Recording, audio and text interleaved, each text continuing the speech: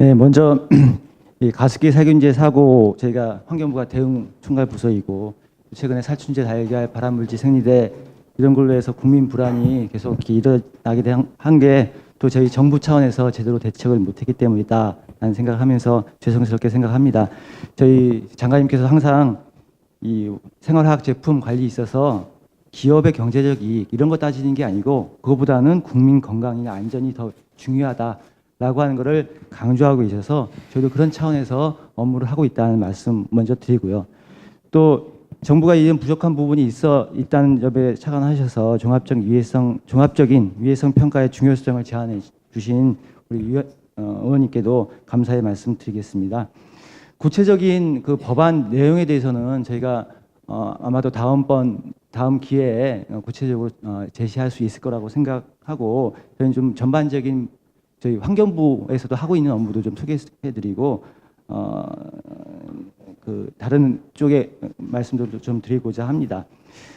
토론 과정에서도 좀 나오긴 했습니다만 지금 정부에서 화학물질을 관리하고 있는 체계는 기본적으로는 화학물질의 위해성과 유해성을 생산하고 관리하는 책임은 기업에게 줬습니다. 기업이 그러니까 화학물질이 어디에서 그러니까 어떤 위험성이 있는지를 제일 잘 알 뿐더러 그거를 모르고 생산하는 것은 굉장히 부도덕한 것이죠.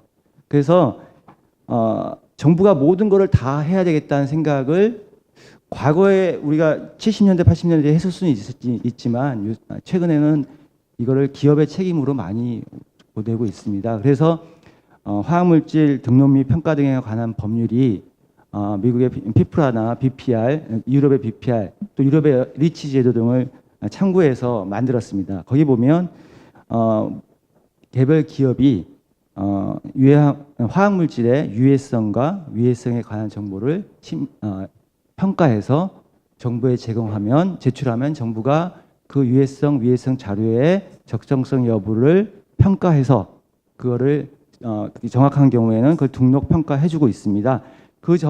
그런 평가 정보를 환경부가 기업으로부터 받은 그래서 검증된 정보를 개별 부처에 소관 부처에 제공하게 되고 그 자료를 바탕으로 각 부처에서 제품 관리할 때 활용하고 있습니다.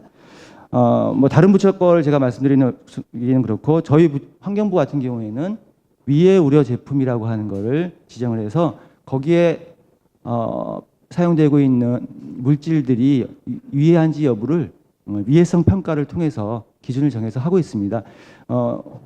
이게 이제 지금 법안에서는 통합 위해성 평가의 개념이죠. 그러니까 벤젠이 노출됐을 때 대기 중 토양 그다음에 폐기물 여러 가지 방식으로 해서 섭취되는 부분을 다 평가한다고 하는데 어떻게 보면 이제 우리 그러니까 화학물질 등록 평가 과정에서 그런 것들을 고려하도록 되어 있습니다. 구체적으로 제품 단계에서는 또 추가적인 보완이 필요하겠죠. 아마도 식약처에서도 통합 위해성 평가가 가능하다고 생각하지는 않을 것 같습니다. 특정한 분야에 대해서 관심 있는 분야에 대해서 하는 거지 마치 이게 되면은 현재 우리 기존 화학물질이라고 해서 많이 사용되는 화평법에 따라서 등록 대상이 되는 게 7,000여 종인데 7,000여 종이 아니라 벤젠 하나만도 통합 위해성 평가는 불가능한 거죠. 그래서 통합 위해성 평가가 국민들한테 오해의 여지가 있어요. 이거 하면 완벽하게 되는 것 같은. 그래서 어쨌든 제품 관리의 책임은 그 위해성 평가를 하기도 하지만 그렇다고 해서 우리가 모든 위험성을 정부가 알 수 없기 때문에 기본적으로는 기업이 위해성 평가를 하도록 하는 게 맞다고 저희는 보고 있습니다. 그래서 최근에 가습기 살균제 사건 이후에 저희가 살생물제법, 생활화학 제품 및 살생물제법에 관리에 관한 법률을 제정안을 냈는데 거기에 따르면 기업이 스스로 안전한 것을 입증한 경우에 생산할 수 있도록 허용하고 있습니다. 정부가 위해성을 검증하는 것이 아니고 기업이 위해성을 검증하고 그거에 대한 책임을 지도록 하는 법률을 저희가 지금 시행하고 있습니다. 그리고 이제 저희가 두 번째로 중요하다고 생각하는 부분이 각 부처별로 만들어진 정보를 공유하는 것입니다. 화평법에 따라서 아까 물질을 등록한다고 했지만 또 상당 많은 부분들이 이 적용 배제가 되어 있는데, 예를 들어서 농약법, 그거는 농식품부가 전문성이 있기 때문에 직접 생산을 합니다. 그 정보를 농식품부만 갖고 있으면 안 되는 것이죠. 그래서 이런 부분들이 서로 공유돼야 되는데 2000년대 후반부터 이런 것들을 한 부처에서 한번 공유해보자 하는 논의가 있어서 지금 현재 그 시스템이 통합이 되어 있습니다. 근데 다만 각 부처별로 제공하는 정보랄지 또 뭐 제공되는 정보의 양, 이런 것들이 차이가 나서 국민들 입장에서 봤을 때는 좀 부족한 부분이 있다고 생각합니다. 그리고 이 법안의 성격에 대해서 좀 제가 말씀드리면, 생각해 보면 이게 사고 대응이 가능한 것인가? 이거는 이제 발제자님께서도 말씀하셨지만 위해성 평가와 관리의 개념은 확실히 다른 것이죠.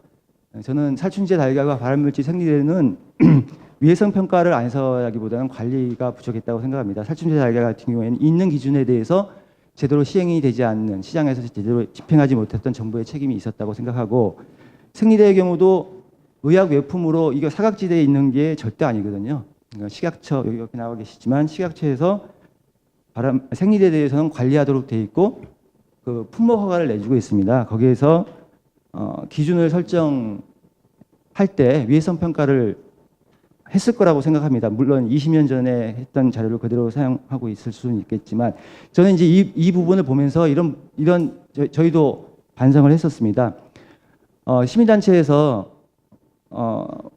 가습기 살균제도 마찬가지고 문제 제기를 했을 때 이렇게 얘기를 하는 거죠. 우리가 과거에 위해성 평가를 했는데 아무 문제가 없어. 기준이 이만큼이니까 기준 내에 있으니까 생산해도 좋다라고 했는데, 어떻게 보면 문제 제기됐을 때 다른 유해 물질이 있는 것은 아닌지, 그에 대해서 추가적인 위해성 평가를 해야 되는 것이 아닌지 하는 부분들을 저희가 정부 환경부도 그런 부분에서 반성할 부분이 있었다고 생각합니다. 그래서 저희는 이 발암물질 생리대 사건을 보면서 우리 환경부에서 관리하고 있는 위해의료 제품 전체에 대해서 제대로 위해성 평가가 되어 있는지, 위해성 평가할 당시에 몰랐던 정보들이 업데이트된 것들을 재활용해서 업데이트된 정보를 사용해서 새로 위해성 평가를 해야 되지 않는가 하는 부분들 좀 논의를 하고 있습니다.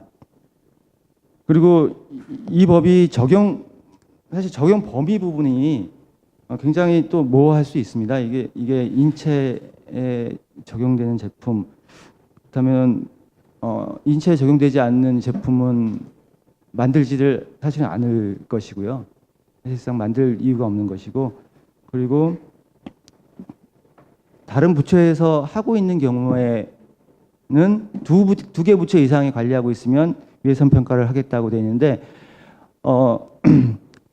한 개 부처만 쓰고 있는 제품은, 어떤 물질을 한 개 부처만 관리하고 있는 경우는 있을 수가 없습니다. 그거는 여기 있는 분들이 다 알고 계신데 왜 그 지적을 안 하는지 하는 그런 생각도 듭니다. 그러니까 저는 이 법 자체에 대해서 이런 구체적으로 좀 말씀드리고자 하는 것은 아니고, 이 위해성, 지난번에 이 자리에서 그 살충제 달걀 관련해서 토론회 할 때도 나왔던 얘기인데, 위해성 평가가 사실 만능의 제도가 아닌데 또 통합 위해성 평가라고 하는 통합이라는 의미로 해서 마치 그 위해성 평가를 보완해서 모든 오염물질에 대해서 유해성에 대해서 다 관리할 수 있을 것처럼 국민들한테 오해를 주지는 않았으면 좋겠다 하는 그런 생각이 들고, 물론 이제 이런 과정을 통해서 저희 정부에서 그 국민 불안을 해소할 수 있는데 다가갈 수 있을 거라고 생각을 합니다. 그리고 저희 정부에서, 그러니까 환경부에서는 또 지금 중점을 두고 있는 게 위해성 평가는 아까도 말씀드린 것처럼 제한적이다라고 말씀드렸지 않습니까? 우리가 다 할 수가 없기 때문에 기업에게 자기가 사용하고 있는 물질이 무엇인지를 다 공개하도록 하는 것을 강제하려고 하고 있습니다. 그러니까 이제 사실 전성분 공개라고 하는 것이 시행이 되고 있는데 어떻게 보면 좀 제한적으로 이루어지고 있는 것 같습니다. 뭐 0.1% 이상의 경우에만 전성분 공개를 한달치 하고 있는데 사실상 우리가 인체 위해가 되는 거는 ppm 단위 또는 ppb 단위의 물질인데 그 물질이 사용되고 있는 부분에 대해서 전혀 관리를 안 하고 있는 부분이 있습니다. 그래서 저희는 가급적이면 모든 성분을 공개하는 것을 생활학 제품을 생산하는 기업한테 의무를 부여하기 위한 노력을 할 것이고 또 의원님께서도 그런 방향으로 좀 저희 도와주시면 기업의 책임을 훨씬 더 강화할 수 있고 그러니까 김양준 기자님이나 백대영 변호사님께서 말씀하신 것처럼 소비자들이 또 스스로 소비자들이 이렇게 안전하게 기업을 관리할 수 있는데도 도움이 될 수 있을 거라고 생각합니다. 그럼 마지막으로는 위해성 평가도 중요하지만 저는 리스크 커뮤니케이션이 더 중요한 문제라고 생각합니다. 위해성 평가를 통해서 리스크 커뮤니케이션이 나오긴 하는 것이지만 어떤 살충제 성분이 나왔다는 것 자체를 가지고 온 국민이 불안해하는 것 자체가 좀 우리 정부에서 리스크 관리를 잘 못했다. 그 오염물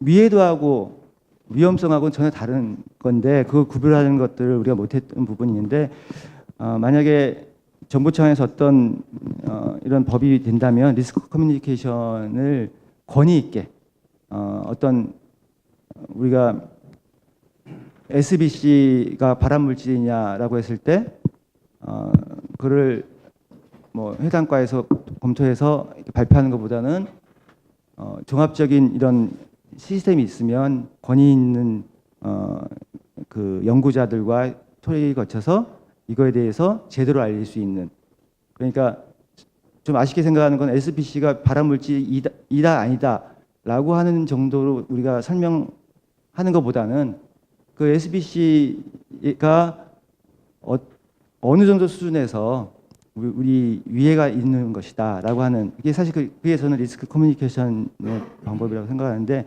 그런 것들을 좀 잘 해야 되겠다 생각을 합니다. 저는 마무리 말씀을 드리면 환경부에서는 환경부대로 이 화편법에 따라서 가급적 조속하게 화학물질에 대한 독성 정보를 빨리 기업으로부터 받아서 개발 부처와 기업한테 제공하고 공유하고 그리고 살생물제법을 통해서 안전성이 검증되지 않으면 그러니까 기업이 스스로 입증하지 않으면 생산하지 못하도록 그렇게 제대로 함으로써 최대한 국민 불안을 해소할 수 있도록 노력하겠습니다. 감사합니다. 예, 감사합니다. 지금